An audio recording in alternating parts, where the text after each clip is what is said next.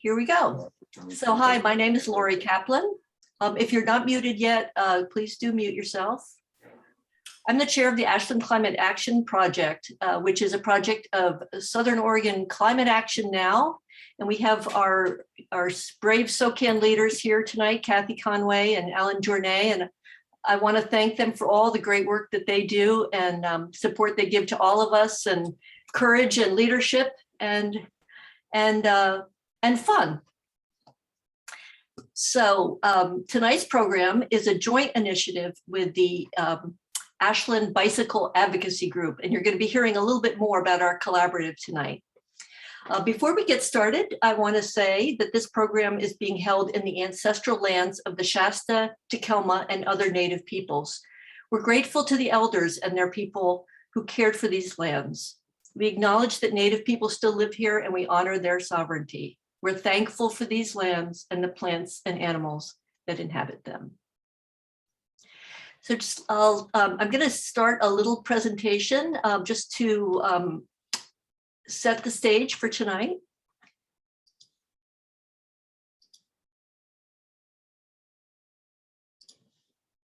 Here we go.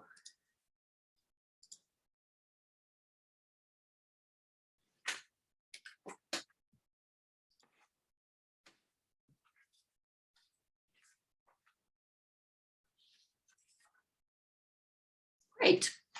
So our program tonight, of course, is Rethinking Streets, Lessons for Ashland.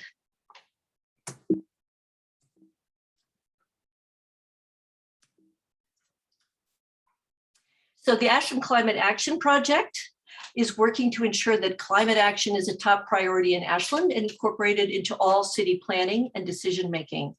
Through education and outreach, we inform and engage residents to work together to reduce our community's climate impact and achieve the goals of Ashland's Climate Energy Action Plan. And our friends at the Ashland Bicycle Advocacy Group are working to promote bicycling as an integral mode of transportation for all ages and abilities in Ashland. We engage with businesses, residents, and policymakers to improve bicycle infrastructure so it is safe, convenient, and completely connected. And we're pleased to say we have a number of sponsors tonight, and we want you to show them the love next time you're in their establishment. Our sponsors are Rogue Creamery, Standing Stone Brewing Company, Ashland Devo, Mount Ashland Association, Medford Fabrication, the Ashland Electric Bikes, Siskiyou Velo, Podi Espresso, and Get in Gear. Thank you, sponsors. And last but not least, AARP Oregon. And we are pleased to have Liz James from AARP Oregon here to say a few words. Are you there, Liz? I am, and I'm delighted to be here, and appreciate having just a couple of minutes to share a few things. So let me, really introduce myself for those of you who might not have met me in the Valley. My name is Liz James. I'm a Rogue Valley-based AARP volunteer leader, advocacy team member, and I am the Rogue Valley Livable Communities Liaison. And I am absolutely delighted to be here on behalf of and to represent AARP and AARP Oregon specifically. The only ones that don't have a picture. Hello, is there a question? We see you, but I'll stop sharing the screen so we see you more clearly. If you put it on speaker view, folks, you'll see Liz talking, and then we'll go back to the presentation. All right, well, thank you so much. Well, I really wanted to share that a key AARP initiative is livable communities. This initiative supports the efforts of neighborhoods, towns, cities, and rural areas to be great places for people of all ages. AARP believes that communities should provide safe, walkable streets, age-friendly housing and transportation options, access to needed services, and opportunities for residents of all ages to participate in community life. A key Livable Communities program is AARP's network of age-friendly communities, and I'm absolutely thrilled to share that both the cities of Ashland and Talent are recent new network members. Through this particular program, AARP staff and volunteers are working throughout the nation to engage and mobilize communities, share expertise, and deliver technical expertise to member towns, cities, counties, and states. It is very important to note that the work that happens within the network is hands-on and it is locally determined and directed. The common thread among enrolled communities and states is the belief that the places where we live are more livable and better able to support people of all ages when local leaders commit to improving the quality of life of the very young, the very old, and everybody in between. Finally, a livable community is one that is safe and secure. It offers choices in where to live and how to get around. And it equitably serves residents of all ages, all ability levels, incomes, races, ethnicities, and other backgrounds. I'm really delighted to share that in the chat, I'm going to drop this. There's a myriad of free AARP livable community resources, including, I hope you can see this, the AARP Walk Audit Toolkits. And there's a wonderful, easy to read booklet that's called the Smart Cycling Guide that's published by the League of American Bicyclists with support from AARP. So thank you on behalf of AARP for the opportunity to share a few things and also to sit back and listen to what's going to be a great presentation that I think we'll all learn a lot from. So thank you so very much. Thank you, Liz. Thank you, AARP, for all the great work that you're doing.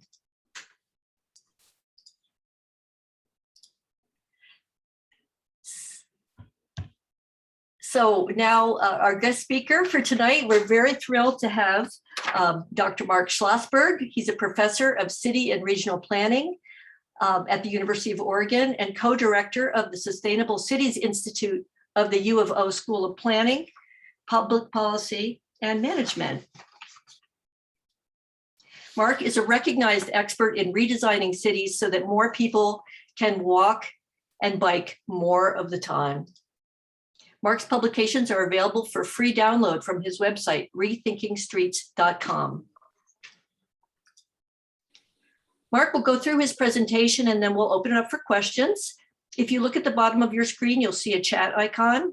As you're listening, please feel free to put your questions into the chat at any time.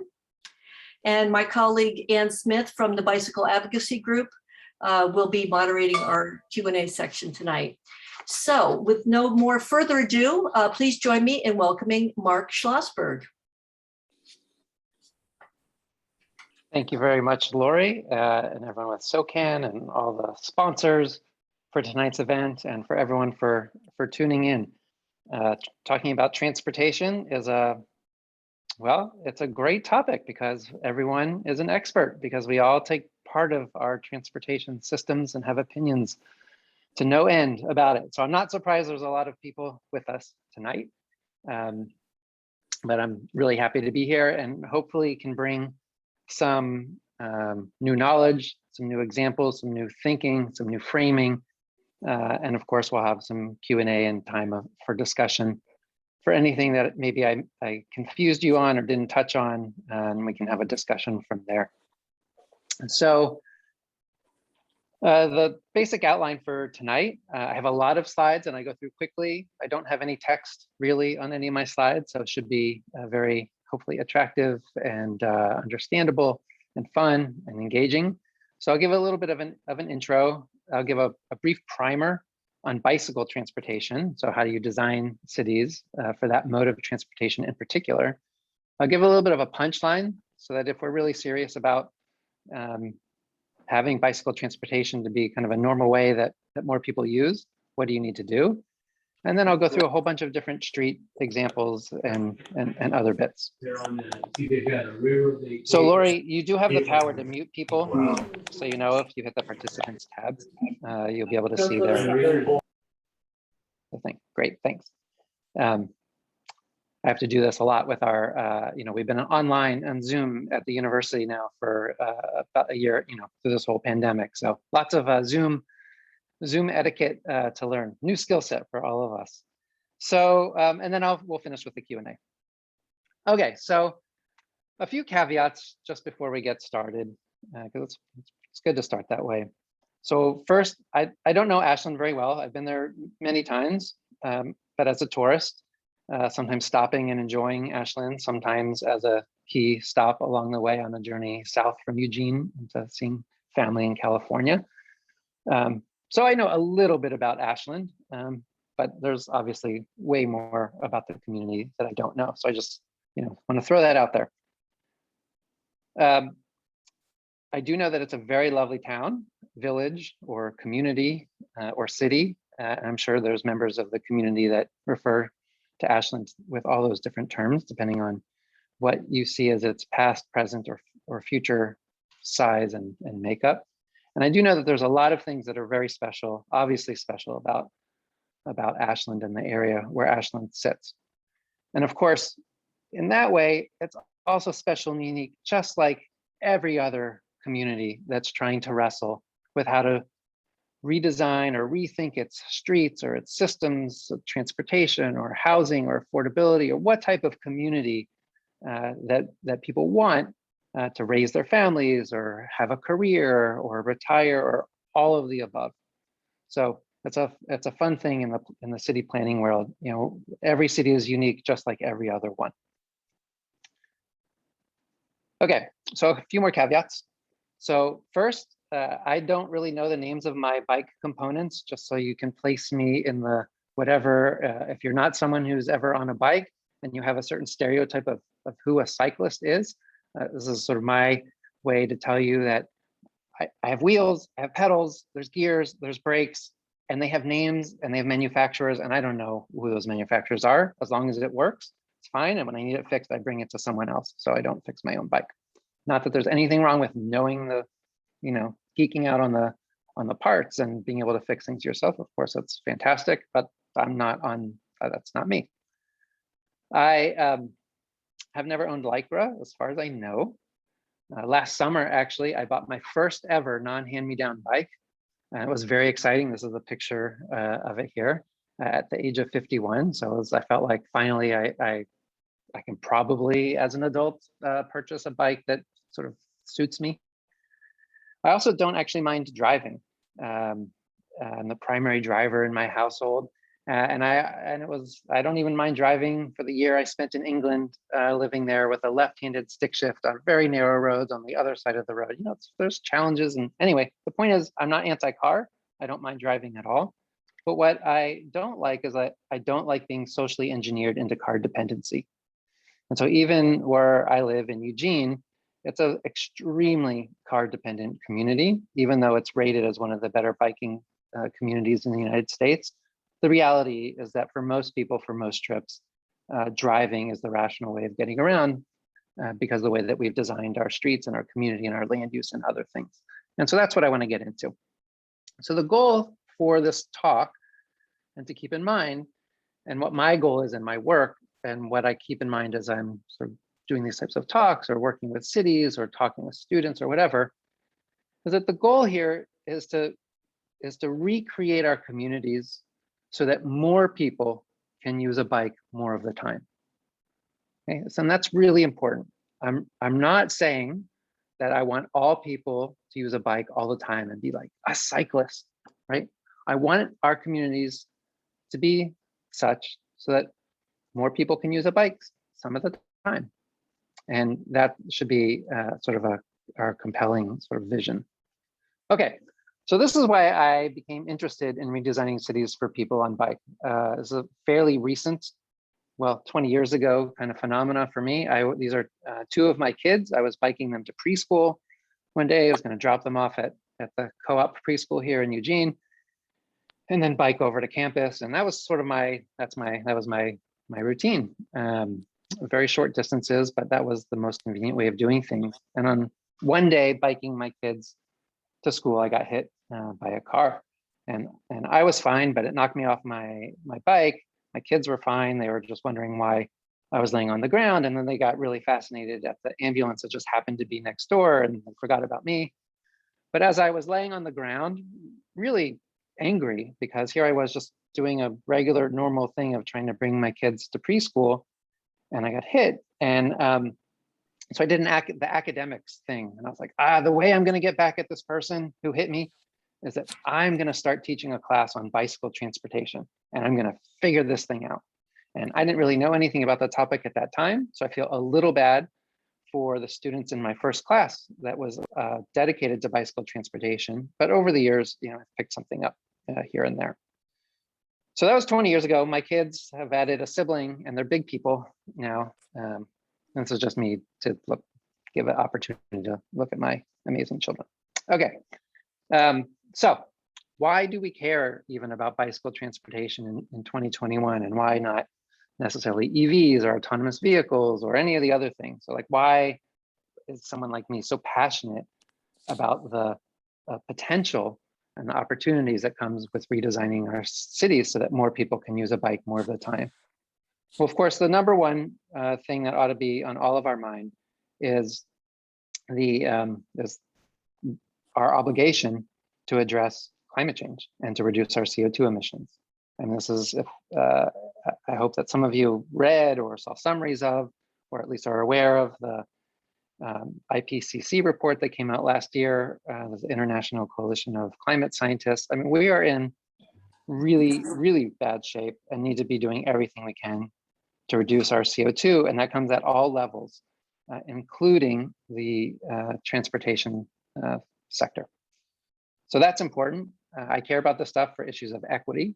Right now, for most of our communities that have been designed and socially engineered us into car dependency, if you're not old enough to drive, then you really can't get around your community. If you are unable to afford to own and operate your own car, the community is mostly inaccessible to you. If you have another reason why you're not able to operate a vehicle, then you can't get around your community.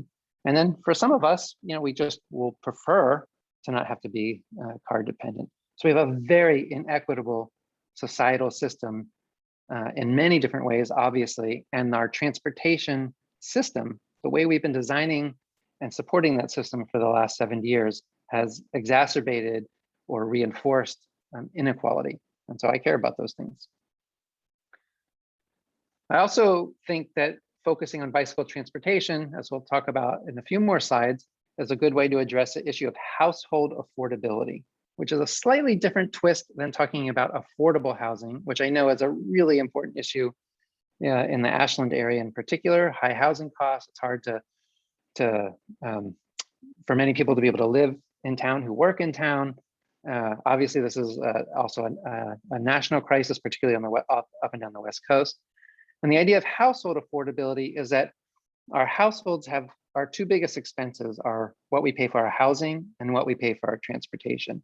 And so if there are ways to actually reduce our transportation costs, that might liberate a little bit of our household money to put into our housing. So it's also a strategy to deal with the affordability issue of housing. Of course, there are other ways to get at affordable housing, but the concept of thinking about household affordability is important, and bicycle transportation is part of that. This might apply a little bit less in the Ashland area, but not the spatial distance.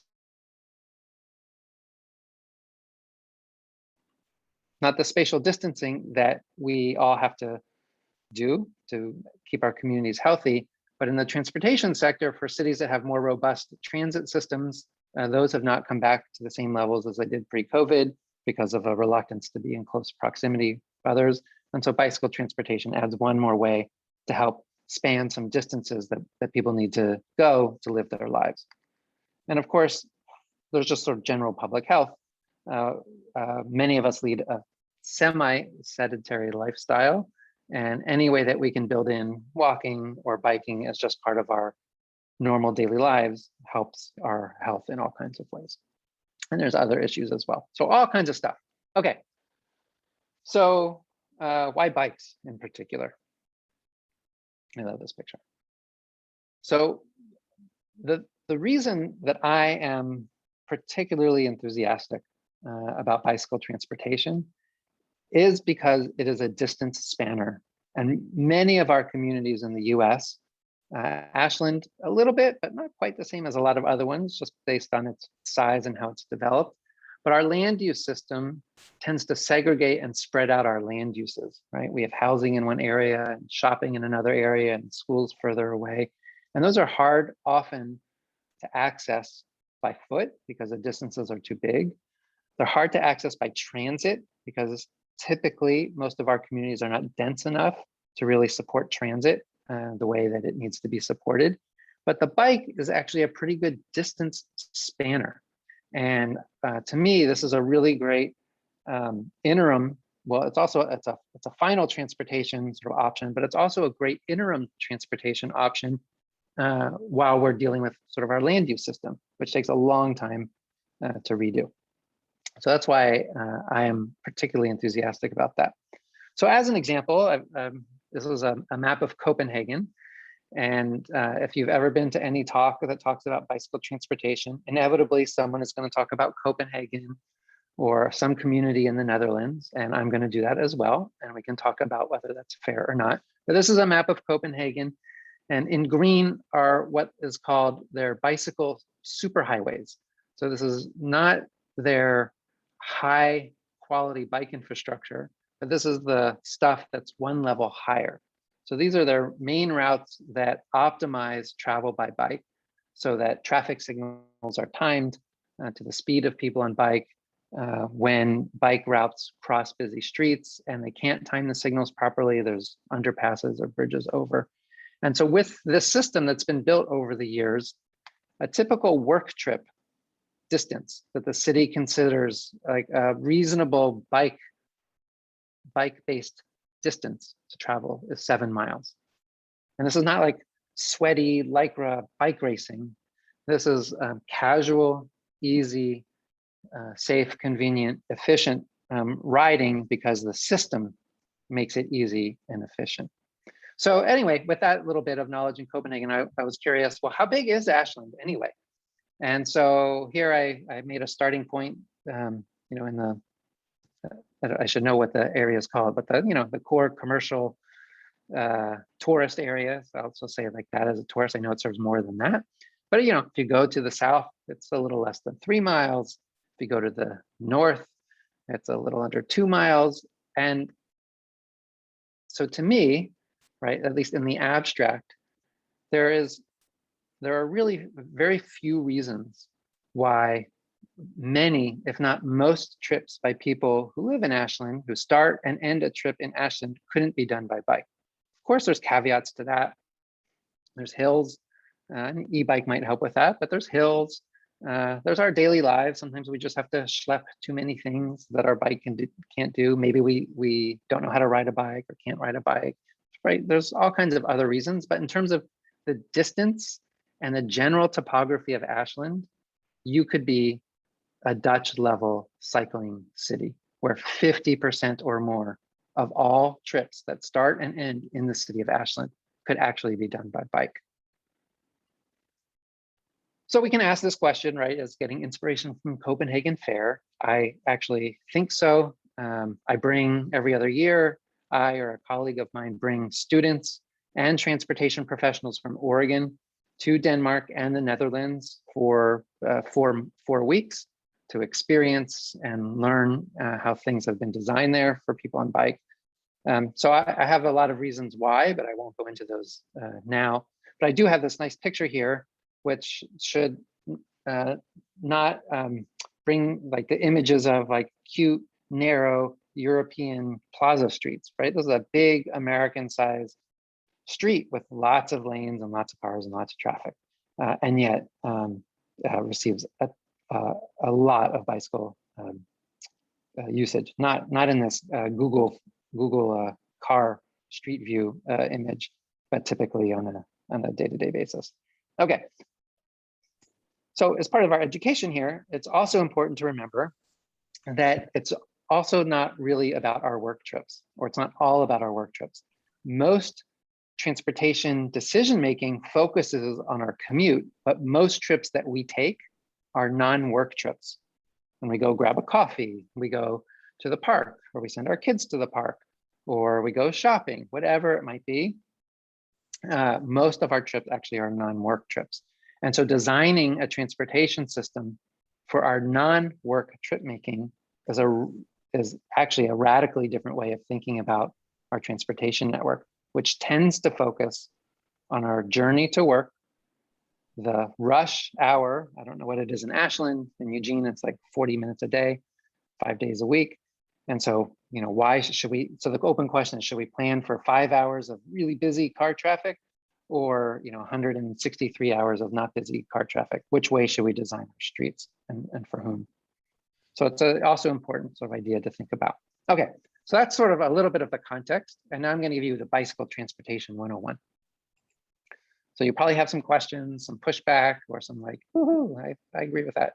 And we can talk about that sort of at the end. There's a couple of really important concepts that's good for all of us to understand. So there's this characterization of all of us as one of 4 types of transportation cyclists that originally was created by a bicycle transportation planner from Portland, Roger Geller, but it's been since verified through research by academics all over the place. And the numbers vary, but they're all in the same basic ballpark. And basically all of us can be categorized into one of 4 categories. There's about 1% of us that we are a strong and fearless type of cyclist. And for a strong and fearless person, you don't need to provide anything on the street special for them to use it, right? They're legally allowed to be on a street and they will be riding on the street, and they have their moral bubble around them that protects them, hopefully, from anything bad happening. But that's only 1% of us. Then there's like 35% of us that the type of cyclist we are is actually someone that's called a no way, no how cyclist. So it doesn't matter what you do, what you provide, what argument you make, just not getting on a bike. So in fact, there's nothing that we need to do on our streets to accommodate this group.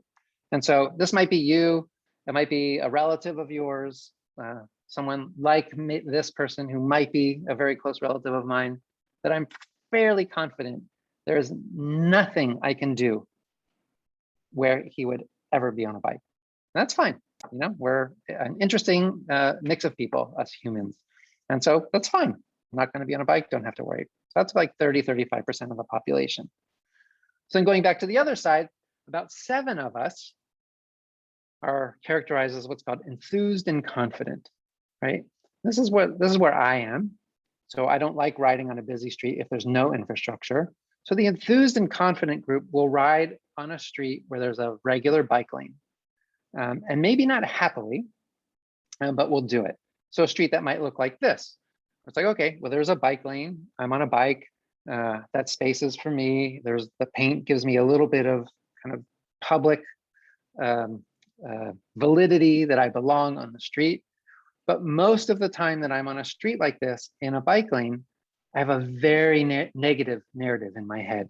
Who's going to yell at me? Who's going to cut me off? Who's going to drive too close to me on purpose?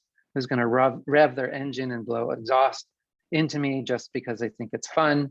So, it's a very negative type of narrative, which is really not how any of us wants to go through our days. And that only gets to 7% of us. So the rest of us are in this very important category. And this is really the category that this talk is aimed at. And it's a group of people, it's about 60% of the population, or whatever, 100% minus the numbers I gave before. And this group of people are interested but concerned, right? There's a group of people who say, yeah, I would love to use a bike some of the time, or I would love it if my 10-year-old could bike to meet their friends, or bike to school, or go grab an ice cream, or bike over to Lithia Park and go for a hike or ice skate or whatever it might be. But the infrastructure on the streets, as they are, there's no way I'm doing it. There's no way I'm sending my kid on it. So I'm interested in this happening, but I'm really concerned. And it comes down to something like this, right? So on the left is a regular bike lane, a street with a regular bike lane, and on the right is a regular street, but with a different type of bike infrastructure. And the difference between the enthused and confident that would use the left-hand side and the right-hand side, and the interested but concerned people who would not use the left, but would gladly use the right. And so this leads into a concept that's called the level of traffic stress, which is the other big kind of sort of meta framework to think about how we design our streets. And so the level of traffic stress is a relatively new measure, and it's a rating given to a road segment or a crossing that indicates the traffic stress it imposes on people on bike. And the basic idea is this: if there is a piece of your journey by bike that exceeds your stress level, then there is no journey by bike. And it doesn't matter if 90% of that journey is amazing, if 10% of it just is too stressful for you, or too stressful for you sending your kid out or your parent or whatever it might be, then it is not an option. And that's where most of our communities are right now, that our streets feel utterly unsafe. They exceed most of our stress level to be on them on a bike. So it's very rational that not a lot of people are biking and more people are driving, because we have designed a system for one mode and not the other. I like to pay attention to this guy, Tom Flood. He posts a lot on Twitter. He's very, I don't know, smart and creative. And he posts a lot of things like this. So here's a picture of a kid in a bike lane right there in the middle of a street. It says, if children walked to school in our bike lanes, would cities still consider this thin stripe of paint a good barrier? Right? If this is the route that we told our kids to walk to school, would any of us think that's okay? Absolutely not. But this is what we expect our children and most of us to bike on. And it's the same level of not okay. So if you're on Twitter, perhaps you want to follow Tom Flood. He's a pretty smart person with these types of things. So it leads us to, okay, so what can you do on a street or on our streets to help make it better for people on bike? Or what are people doing now in our communities? And so some of the examples I'll show you might recognize either exactly or in concept, but there are types of bicycle treatments or facilities that are called bicycle boulevards or neighborhood greenways. Different communities call them different things. And this is a way to take advantage of quieter residential streets that don't have a lot of car volume, but doing some small tweaks to the streets that prioritize moving about by bicycle and provides some restrictions for moving through it by car. Doesn't prohibit cars, but just makes the car routes generally a little bit more circuitous and bike routes direct. So connectivity is restricted for cars, but prioritized for bikes. And this is really good for creating residential networks. Sharrows, these bits of paint on the road that you might see, these are mostly meaningless and extremely lazy by people who should know a lot better. There's been research that shows that putting this icon on the street without doing anything else on the street makes it more dangerous to be on a bike than having nothing. So it's a very lazy approach by cities all over the place to say, like, you know, washing their hands, I've done something for people who are asking for something on bike. It should not be done unless there are other treatments to the street that slows vehicular traffic down. Without the design elements that slow cars down, this is a more dangerous and very lazy approach to street redesign. And I'm using this language deliberately, and I know, based on saying this exact thing in front of Eugene staff, who I know better, they don't like me saying it. So I guess I'll just say this is one benefit of being a tenured professor, is it's supposed to give me the freedom to say such things. And the truth is that this is more dangerous for people on bike, and it's a very lazy treatment. So then there's the bike lane, which we know, and this is standard stuff for the old days. Oregon is a very unique state. In 1971, the legislature passed a law that required bike lanes on all busy streets in Oregon when they're created or resurfaced or reconstructed And that's why so many of our communities in Oregon actually have bike lanes, whether or not people are biking or not. And this is a very typical design, but it does raise a really interesting question, right? So here the typical design follows a typical design of a street that we see lots of places. There's a sidewalk, on-street car parking, then a bike lane, and then moving cars. So in this type of design, the cyclist is actually protecting the parked cars from the moving cars and putting the person on the bike directly adjacent to moving cars, which is exactly the experience that exceeds the stress level for many people. So then there's something called a buffered bike lane, which is like the bike lane with a little extra paint. That's pretty good because it sort of increases the space, the divide between where someone on a bike is and the moving cars. That's pretty good, and it's actually pretty cheap because it's just paint. Of course, it's very easy to cross it for good and for ill, but it's pretty effective actually. That extra space and the visibility of that extra space is pretty effective. And then there's something called a cycle track or a protected bikeway. And this is where cyclists are protected by a barrier, physical barrier, sometimes a curb, but sometimes it's parked cars like in this image. So there's an actual physical barrier between where you move on a bike and where the moving cars are. And this is the design that really ought to happen on all busy streets if we're serious about having bicycle transportation be a normal, legitimate, safe, comfortable, and efficient mode of getting around. Right, so you have this space where you still have on-street car parking. You have a little bit of a door zone, so for car doors that open, and then that's space for someone on a bike. And in this design, the cyclist is riding by the passenger door, which doesn't always open, as opposed to the other design where the cyclist is always riding by the driver's door, and cars always have drivers. So it's safer on many different levels. So the punchline here to creating a great biking city, if you just want to go right there, it's actually very straightforward in concept. The funding, the politics, the community discourse, of course, makes things for all issues challenging and time consuming and indirect. But if you wanted to go right there and be a Dutch level cycling city, this is what you need to do. You need to put in protected bike lanes on all the major streets. So any street that has any two-way street that has a striped yellow line down the middle, and of course your sort of major multi-lane couplets in Ashland. And then you need to create a connected network. So not just a project here or there, but a network of neighborhood greenways with design elements that limit vehicle speeds. And that's basically it. Oh yeah, there's some stuff to do at intersections, which we're not really going to talk about today. I'll show a slide, but not really talk about that. But there's some treatments to do at intersections, especially busy intersections, on how to turn right and left and how to do that in safe ways. And then there's a couple different add-ons to keep in mind.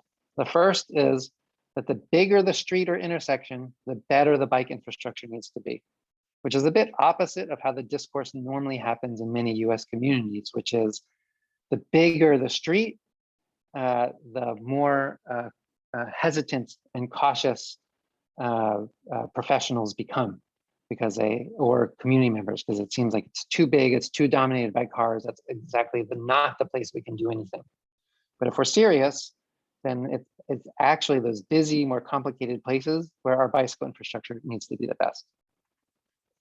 And in the end, driving also has to be harder and more expensive in cost and time and convenience.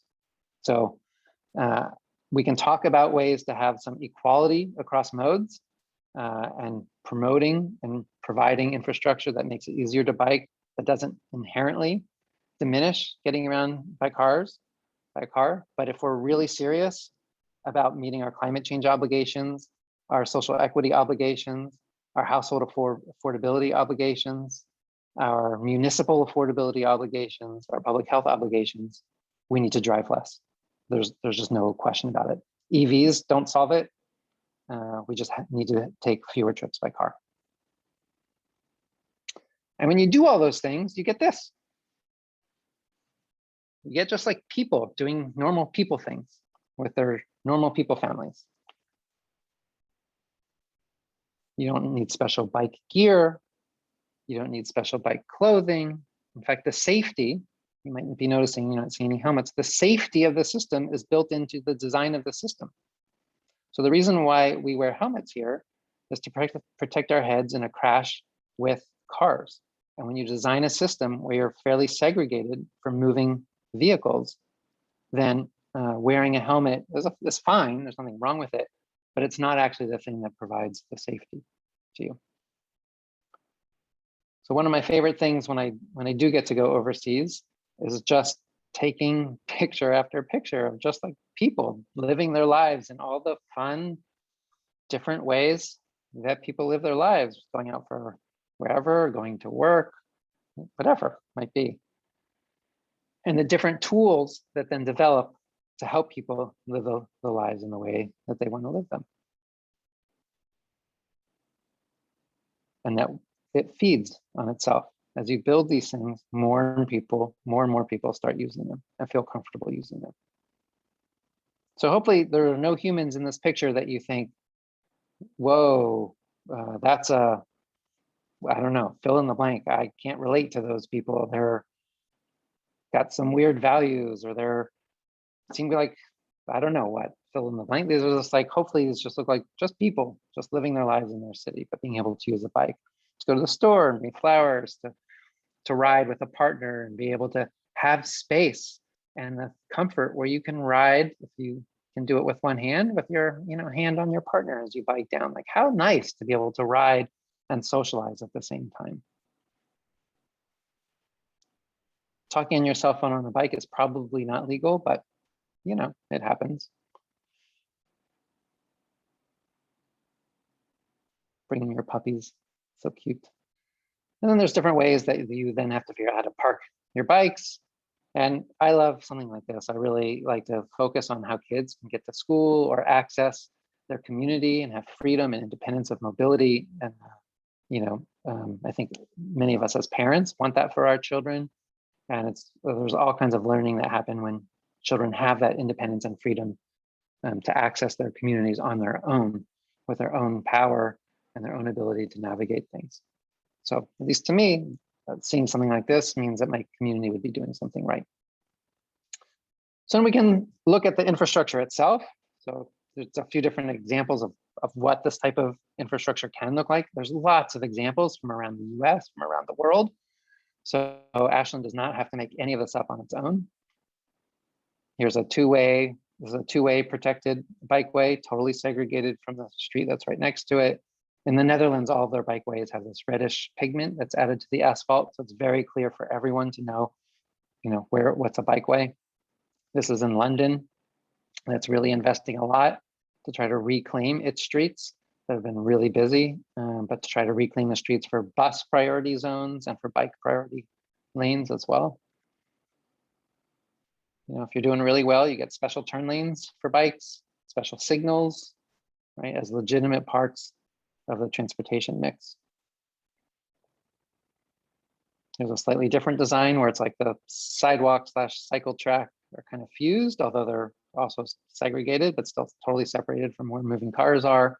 Here's a very typical Copenhagen example where the cycle track is a couple inches below the sidewalk level and a couple inches above the street level. And just that little bit of curb with an occasional drive, little asphalt to make a ramp makes all the difference. Like, we're pretty good as drivers to recognize curbs in particular and stay where we're supposed to stay. Even though clearly this is permeable, it's quite effective. And also very permeable for people on bikes, so they can come on and off where they want. And then you just get sort of normal people using this in very busy or very quiet places as well. I love this one. This is a little maybe out there for our conversation, but if you look at the picture on the left in the background, you can kind of see the, whatever these are called on bridges to help keep the bridge up. There's a big canal that goes over. And so this is in the city of Utrecht in the Netherlands, and they're connecting a new bikeway across that canal. And if you look at the picture on the right, it starts from the upper right and it comes down this nice serpent-like thing over an elementary school. So that's an elementary school sort of tucked in and under this bike ramp. So anyway, it can be really beautiful as well. So parking is something to deal with. We're not going to talk about parking. This guy forgot where he parked his bike. So I helped him find it. This is in Utrecht. They just opened a 12,000 space bike only parking garage that you can bike to every level. That's a different conversation, but really cool. Then there's other design treatments that you can do on streets. I'm going to show a more urban version of this. This works really well in rural areas where there's just not a lot of car volume. So you can actually create and squeeze bike infrastructure into very narrow rural roads that still works for everyone involved. I'll show a more urban example in a moment. This one is called an advisory bike lane. So that's lots of stuff from overseas, but it's really important for everyone to know, and you've seen this in Ashland for sure as well, and other communities in the US that you've been to, most likely, is that street changes have actually been happening all across the US as well, in particular in the last decade and a lot in the last 5 years. There's these protected bike lanes exist in a lot of places. Some communities are adding murals to parts of their streets as a way to kind of slow car traffic down and bring art into the city in unique ways. Some communities are creating transit bus or transit only lanes or bus only lanes, parklets, or the sort of reclaiming of some car parking spaces for other uses, whether for bike parking or for sitting or for cafe seating, which happened a lot during this pandemic in a lot of communities. These are very popular and common examples all over the place. So just some of the cycle tracks, in case you haven't been to these places or seen them. So here's New York City, a very busy and congested place that all of a sudden you can actually bike in some of Manhattan and not have to worry about how hectic and insane the city is, and exciting, of course, but you can be able to bike and not really worry about what's happening on the street, who's honking at who's yelling at what, or whatever. Atlanta. This is Oakland. Bigger cities for sure. Denver. Here's Cambridge. Here's an example from Jackson, Wyoming. Not a big city, mountain town. South Bend, Indiana. Not the place that many of us probably think about around new types of really robust and high quality bike infrastructure. Lincoln, Nebraska.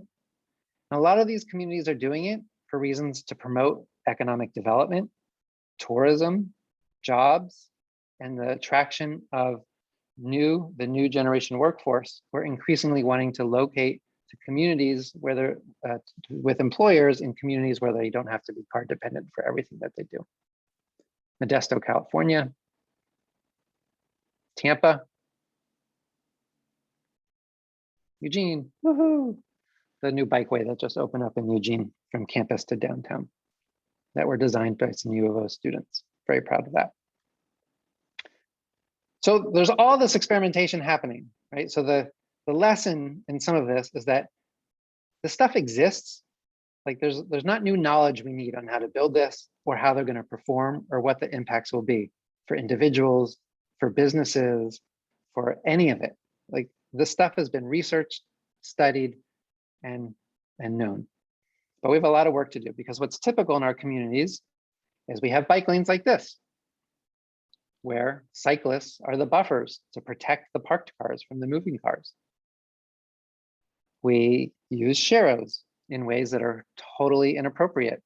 And yeah, I'll just leave it at that.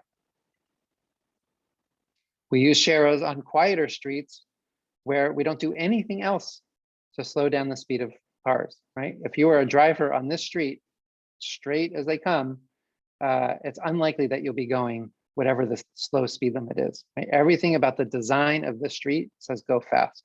So putting that decal on the street is really inconsequential.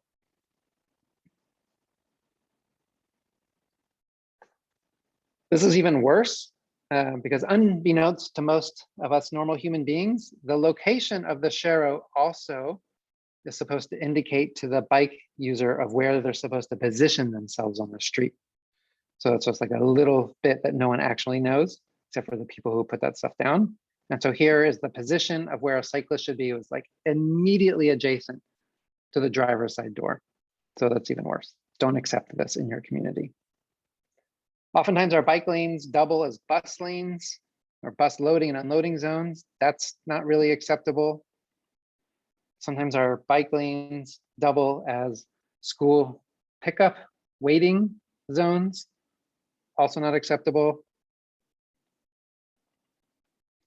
And we often have busy streets that have either in whole or in part segments where there's no place for someone on a bike. So it's completely normal to not expect people on a bike there. Then we do things like this. We build it so that right turning cars cross the bike lane to get into a special turning lane for cars. This is a terrible design for cyclists and for drivers for that matter as well. This is extremely dangerous, really hostile, and extremely uncomfortable for anyone on a bike in this area to make it so that cars, buses cross over where your lane is, right? This is deliberately inconveniencing the cyclist to benefit a driver. And it's very unsafe and uncomfortable. And this happens a lot. This is standard practice and it's unacceptable. This is a typical standard practice that's done by traffic engineers that have been trained to view the street as a place to maximize the speed and throughput of vehicles. So it's a very sort of narrow understanding of the street, but that's how they've been trained. And so they design in that way. So there's a lot that we need to push to make best practice actually happen. Okay. Sometimes, I don't know if this exists in Ashland or not, or in the larger region of where other people might be tuning in tonight. But this is from Eugene. And I see this in other places, to put up signs that say bike lane ends. That is totally unacceptable, because what are you supposed to do with someone on a bike? This typically happens, it's right when you're going to dump someone on a bike into the most awful location that you can imagine. And so it's like, well, bike lane ends, good luck, go figure it out. I hope you live, right? This is like, someone had to approve it, someone had to design it, someone had to install it. Right? It's just another sign of just, all I can say is laziness on the behalf of people in the city that don't take getting around by bike seriously, even though in this case there's a bike lane. And then there's things like this. Again, I don't know if this happens where everyone tuned in is from, but this is a big campaign right now in Eugene, is to put these types of meaningless, speed limit signs or campaigns that say, 20, go 20, go 20, without doing anything to the design of the street that actually makes the design cues for drivers to go 20. So if you just do this, you're not actually going to get a change in behavior by the vast majority of motorists.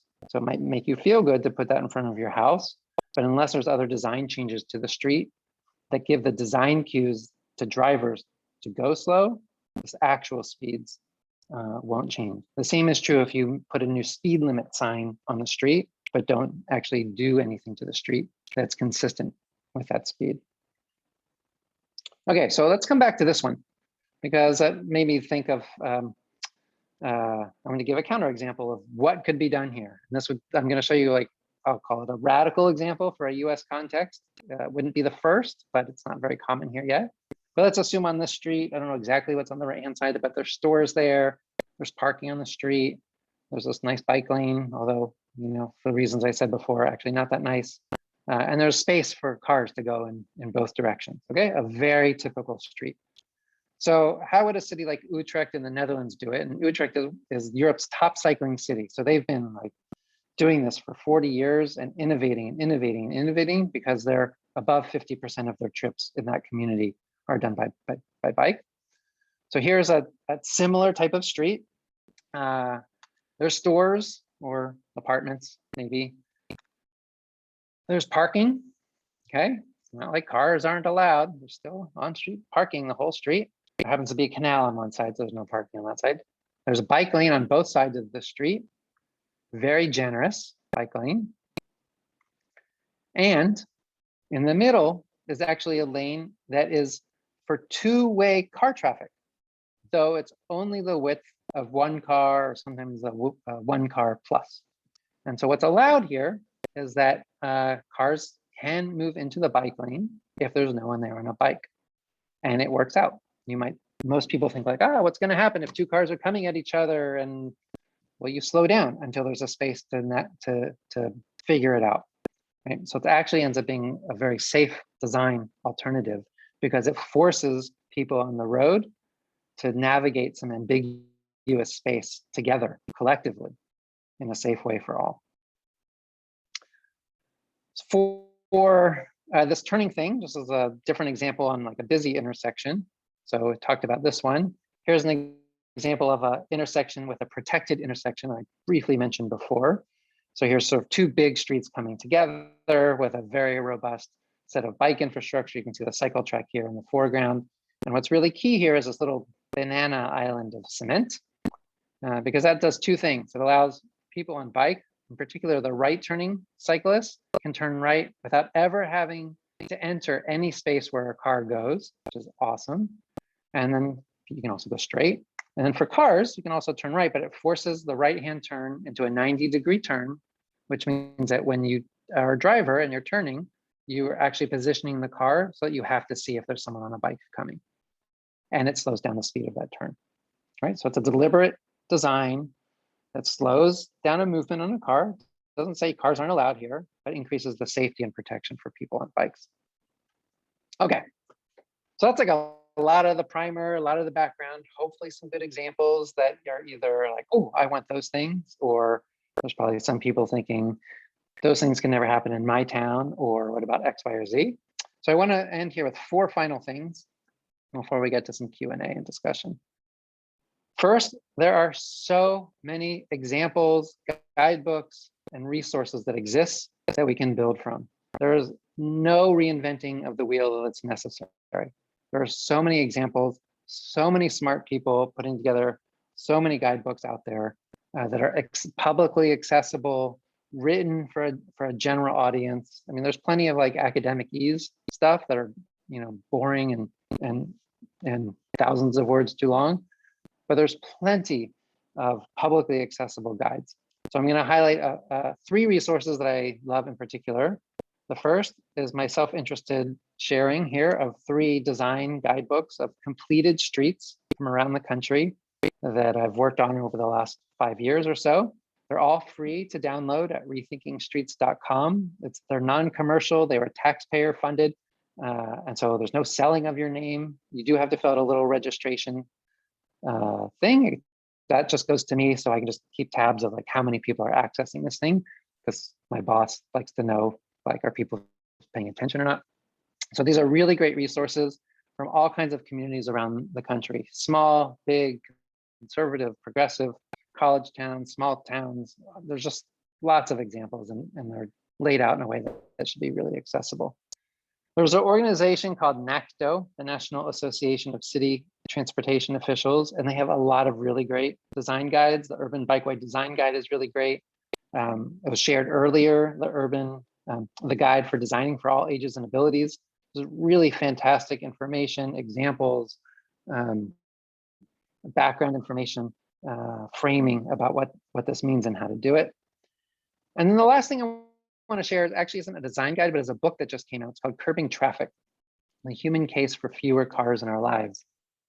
And the authors are Canadians from Vancouver who semi-randomly ended up moving to the Netherlands, to the city of Delft, I believe, in the Netherlands, with young children. And much to their surprise, they've sort of just like been learning and paying attention and understanding the differences of a city that has been redesigned around bicycles as a primary form of transport compared to where they came from. So their chapters are things like, what is like noise in the city and your kids in the city. So very like, these are parents and new people that went from one place and were, landed in another place, and this is the reflection. So I think that's really good. I've heard them talk. I have their book, but I haven't gone through it, but their presentation about the book, I'm looking forward to actually reading the book myself. Okay, number 2, it's really important to know this. The basic piece of any transportation is a very common idea of build it and they will come. and this is just a policy choice. It's called induced demand. You build bigger roads, more parking, you get more cars using the road and more people parking. That's just the way it is. If you build more and better bike infrastructure, you get more people biking. There's lots of research behind that, and it makes a lot of intuitive sense. What we build for is what we get, and that's just a policy choice. It's nothing else. Right? Earlier, we talked about that 60% of us are completely willing to use a bike for some of their daily trips or weekly trips, but the environment is just too stressful. So the open question for our policymakers, especially our policymakers who have passed climate action plans, are you serious or not serious? Because if you're serious, then you have to follow up with those types of climate goals with actual street redesigns to get the behavior that we want. The third of my 4 final things is that the story from some of our cities abroad, like Copenhagen or Amsterdam or Utrecht, is not one that has had a forever history of being bike dominant cities. In fact, they did have streets that were designed for people, before cars were dominant. But when cars came about, they became overwhelmingly redesigned to maximize car access and car use.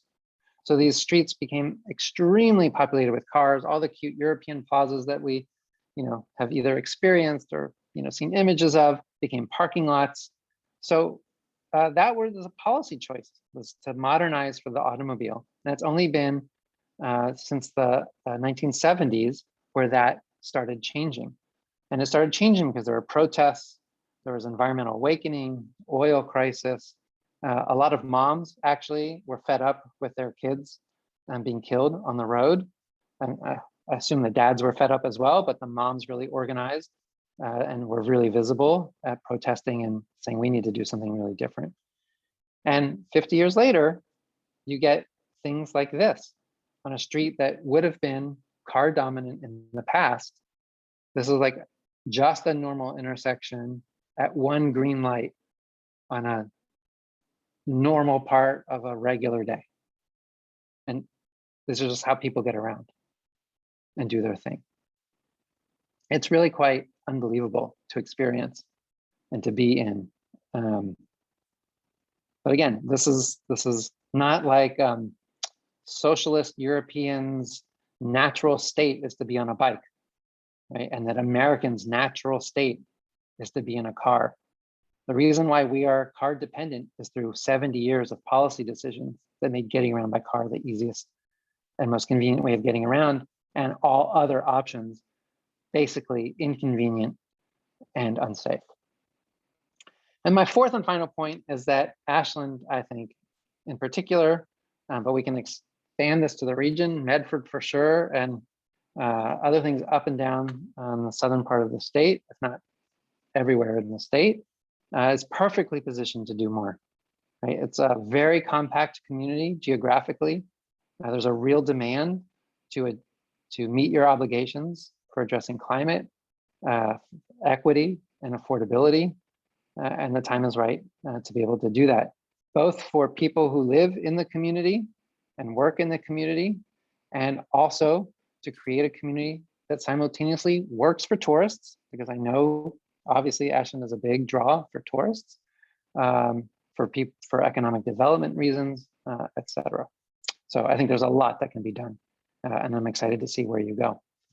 So that is what I have, and I'm happy to pass it over to Lori and team to take us from here. Thank you. Great. Thank you so much, Mark. That was just absolutely inspiring. So I am going to turn it over to my colleague, Ann Smith from the Ashland Bicycle Advocacy Group. Ann is having a little problem with her video, but that should be okay because she'll be relaying your questions to Mark so he can field them. So take it away, Ann. Thank you, Lori, and thank you so much, Mark, for your presentation. And thank you to everyone who has been able to attend tonight and for your questions. I have a question here that is actually a couple of different questions related to tourism. So recently, there was the article in our Ashland newspaper about rethinking streets. And one Ashlander expressed concern about how these ideas will affect a town that depends largely on tourists and what impact they'll have, whether you think it's a potential problem. And then also,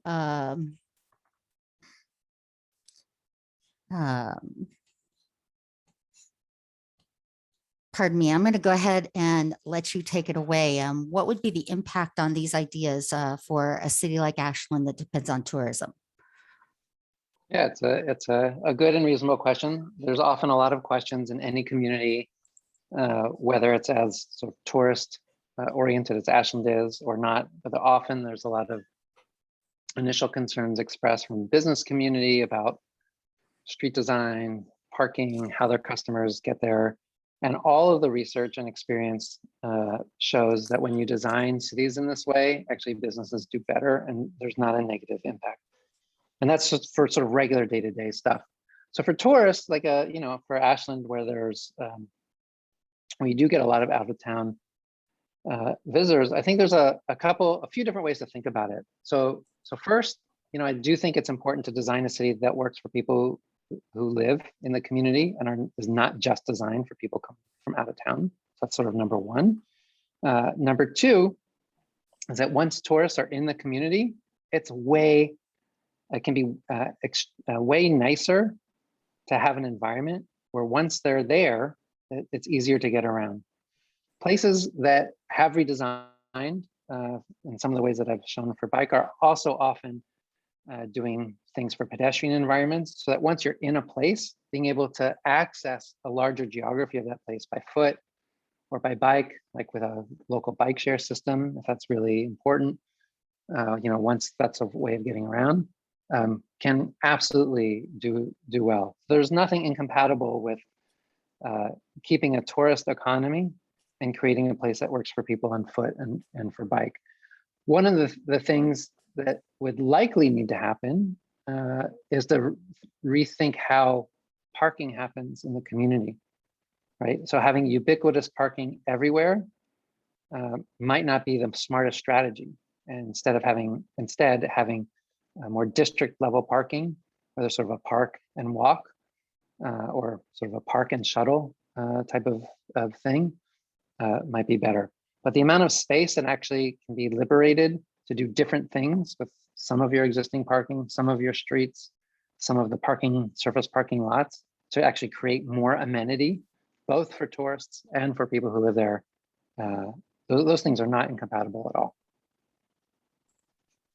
Thank you so much, Mark.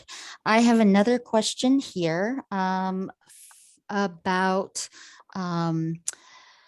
how you said that we would talk a little bit, well, you would mention a little bit about intersections and protected intersections. When you have bicycle treatments in the middle of the street, how do you handle those transition intersections? Yeah, well, so intersections, that's like a whole other set of conversations. But when you do have I showed one example of when two busy streets come together, if there are protected bikeways, there's something called a protected intersection, basically. And so there's a way to handle it. And it's a little hard without a diagram in front of me, and I don't have another slide with that. But basically, for left-hand turns, you don't make a left-hand turn as you might now. You basically make what's called a two-stage left-hand turn. So imagine yourself on the right-hand side of the street. You cross the street on the right, and then you wait to cross the street in the perpendicular direction. So there's design ways to handle busy street intersections. The hard part of the neighborhood greenways or bike boulevards, using the quieter residential streets and doing things with those, they're great because they're using quieter streets. And the downside is how to handle when they do hit an intersection with a busier street.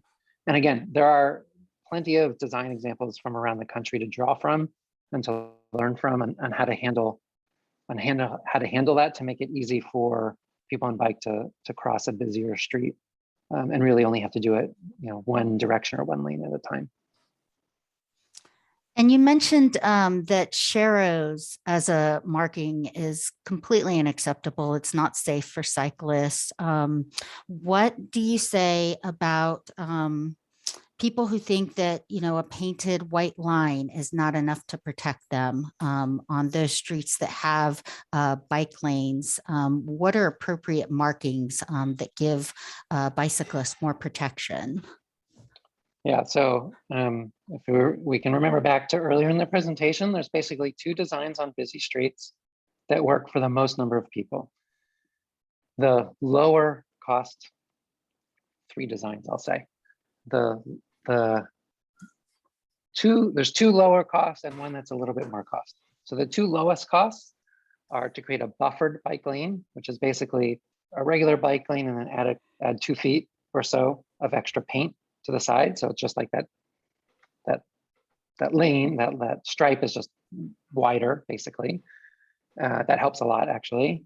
The second relatively inexpensive way that gets even better protection is to swap on streets that have on-street car parking and a bike lane, is to swap where the on-street parking and the bike lane is.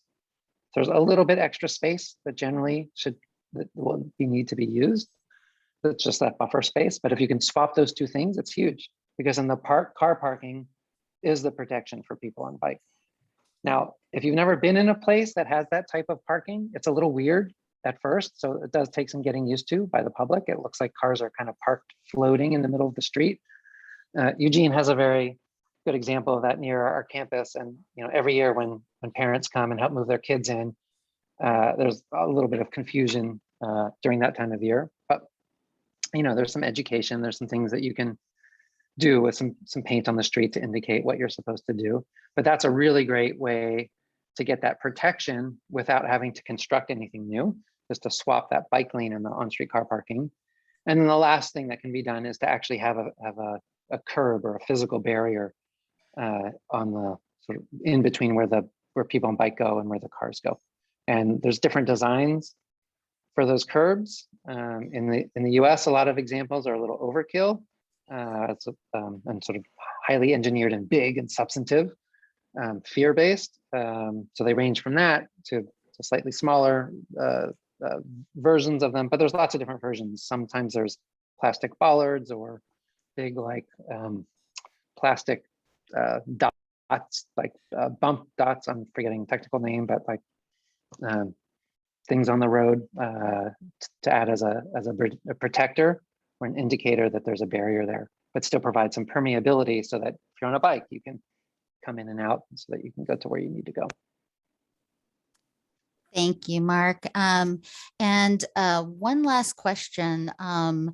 We see that e-bikes are really coming into a heavier use these days, especially for people who need to be able to, in Ashland is a very hilly city. So it's a great solution for people that live up hills.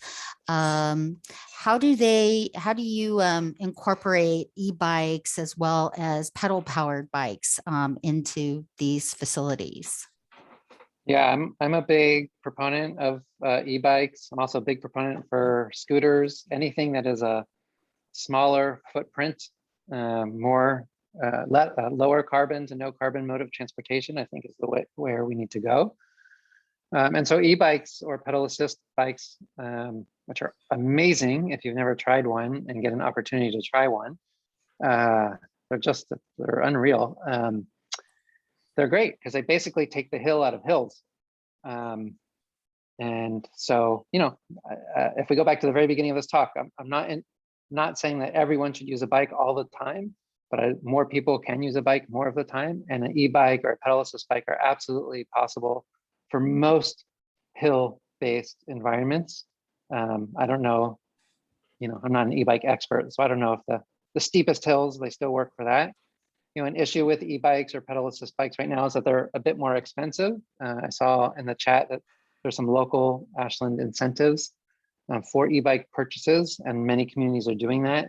There's some discussion in the new federal legislation around transportation and infrastructure that in addition to giving financial incentives for the purchase of electric vehicles, that there might be sort of a national effort to provide similar incentives for the purchase of electric bikes, which you would get way more bang for your buck. Right? So you can imagine like a household being able to go from 2 cars to 1 car, one car plus an e-bike kind of thing. E-bikes are helpful for hauling things, groceries, that sort of takes the weight out of movement as well. And there's also a variety of 3-wheel e-bikes now as well. So there's just a whole range of the actual bike as a tool that can fit a whole range of ages and abilities of our communities and how they get around. So again, like the stuff exists, the tools exist, the knowledge about our infrastructure exists. These are really policy choices. And I'm really excited to see what you folks do with all of this. Thank you again, Mark. Thanks for a very informative presentation. And I want to thank everyone for being here and asking some great questions. I want to apologize if we didn't get to your question, but this conversation is just beginning. It will be ongoing, and we would love to continue the conversation with all of you in the future. Thanks again, Mark. I'm going to go ahead and turn it over to Lori. Great. Thank you, Anne, and thank you, Mark. Wow. So I'm just going to do a few slides to kind of close up and tell you a little bit about the initiative that this event is really the launch of a campaign to bring Mark's ideas to life here in Ashland. So I just want to tell you a little bit about that and why we've made this a priority.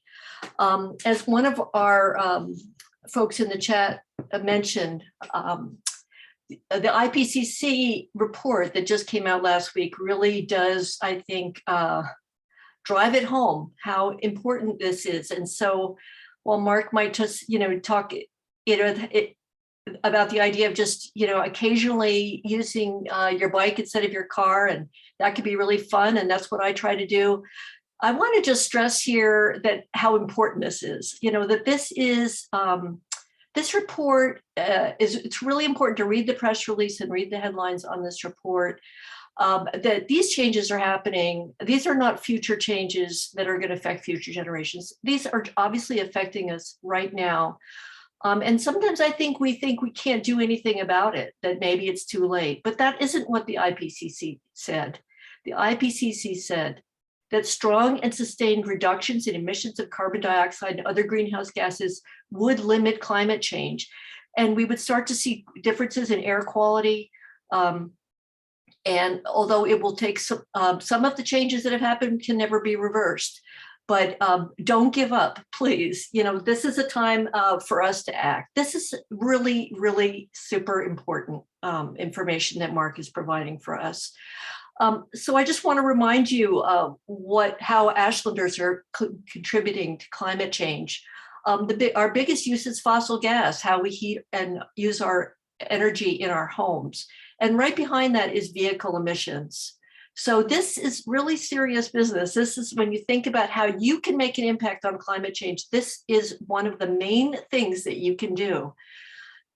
So, and Stu Green, our beloved climate energy analyst, when he did his progress update in May 2021 to the City Council, he said Ashland is falling behind on its goals to reduce greenhouse gas emissions. And he added, we need to reduce our use of natural gas in our buildings, and we need to reduce our car dependency. So that's why we're talking about this tonight. And that's why we have this joint initiative of the Ashland Climate Action Project of SOCAN and the Ashland Bicycle Advocacy Group. Our goal is that our transportation planning makes it possible for people of all ages and abilities to choose to bike, walk, and roll in Ashland as safely, efficiently, and conveniently as traveling by car, just as Mark has shown us that we can do. This is a priority for public safety, CO2 emissions reduction, and for making Ashland a vibrant, equitable, livable community for everyone, and a super fun place to visit. I love visiting towns where I can bike and get around. It's so much fun. It's so much more fun than being in my car. So I've noticed that there's a campaign now with the Chamber of Commerce that we're trying to attract more families. In order to have families, we need streets where children and families can safely ride their bikes. and using these proven strategies from other communities. We believe our vision is practical, achievable, and good for our economy. We don't see this as a trade-off. We think this is a great solution and help us reduce our negative impact on the climate. So Ashland will be soon doing its transportation system plan and updating that. It hasn't been done in many years, and this is our very best opportunity to make Ashland an even better place to live and reduce our role in climate change. So we are asking that you will help us achieve this vision. After the program, I'll be sending you a program evaluation. It's very short. We listen to all your comments, we read them, we use them, and there'll be some information there about how you can participate in this campaign by contributing your efforts or helping us financially, or sharing your story of what your experience has been in biking in Ashland. We have someone who is going to be working with us to do some video clips, and so your voice can really make a difference here. I want to tell you just briefly about our next Zoom on Thursday, September 9th, called Collaborative Conversation, What Successful Forest Reduction Can Teach Us About Climate Action. And the wonderful Susan Jane Brown, who's a staff attorney from the Western Environmental Law Center, will be our speaker. I think that's also going to be a really great show. Because Susan says, come with your questions to learn how we create a sustainable national forest management in Eastern Oregon and what that can teach us about how to compel climate action in Southern Oregon. When people have very different opinions in our county, how can we communicate and collaborate with people who have different perspectives? These are the skills that we need to learn. So I want to thank